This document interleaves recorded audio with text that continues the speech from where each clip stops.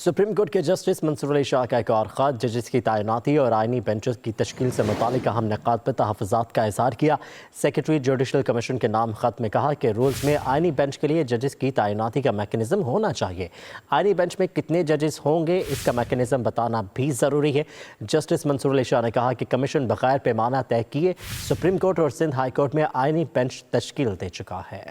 Justice منصور علی شاہ نے اپنے خط میں موقف اپنایا کہ رولز میں آئینی بنچز کی تشکیل کے لیے واضح میکینزم ہونا چاہیے۔ انہوں نے تجویز دی کہ آئینی بنچز میں کتنے ججز شامل ہوں اور شمولیت کا پیمانہ کیا ہو، اس کا تعین ضروری ہے۔ خط میں جسٹس منصور علی شاہ نے کہا کہ ایک پیمانہ یہ ہو سکتا ہے کہ کسی جج نے آئینی تشریح سے متعلق کتنے فیصلے تحریر کیے ہیں، تاہم انہوں نے یہ بھی نشاندہی کی کہ کمیشن اس سے پہلے سپریم کورٹ اور سندھ ہائی کورٹ میں بغیر کسی واضح پیمانے کے آئینی بنچز تشکیل دے چکا ہے۔ جسٹس منصور نے انٹیلیجنس ایجنسیز کی رپورٹ کے ذریعے ججز کی تعیناتی کی مخالفت کرتے ہوئے کہا کہ عمل کے غلط استعمال کا خطرہ موجود ہے۔ ان کا کہنا تھا کہ جوڈیشل کمیشن میں پہلے ہی ایگزیکٹو کا اثر و رسوخ زیادہ ہے۔ 26ویں آئینی ترمیم پر جسٹس منصور علی شاہ نے کہا کہ اس پر پہلے فل کورٹ تشکیل دے کر مکمل جائزہ لیا جانا چاہیے۔ انہوں نے زور دیا کہ ججز کی تعیناتی کے رولز جج کے آئین کی حفاظت اور دفاع کے حلف کے مطابق ہونے چاہیے۔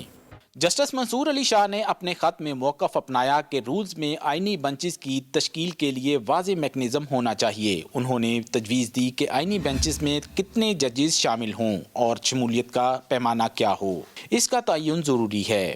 خط میں جسٹس منصور علی شاہ نے کہا کہ ایک پیمانہ یہ ہو سکتا ہے کہ کسی جج نے آئینی تشریح سے متعلق کتنے فیصلے تحریر کیے ہیں، تاہم انہوں نے یہ بھی نشاندہی کی کہ کمیشن اس سے پہلے سپریم کورٹ اور سندھ ہائی کورٹ میں بغیر کسی واضح پیمانے کے آئینی بنچز تشکیل دے چکا ہے۔ جسٹس منصور نے انٹیلیجنس ایجنسیز کی رپورٹ کے ذریعے ججز کی تعیناتی کی مخالفت کرتے ہوئے کہا کہ عمل کے غلط استعمال کا خطرہ موجود ہے۔ ان کا کہنا تھا کہ جوڈیشل کمیشن میں پہلے ہی ایگزیکٹو کا اثر و رسوخ زیادہ ہے۔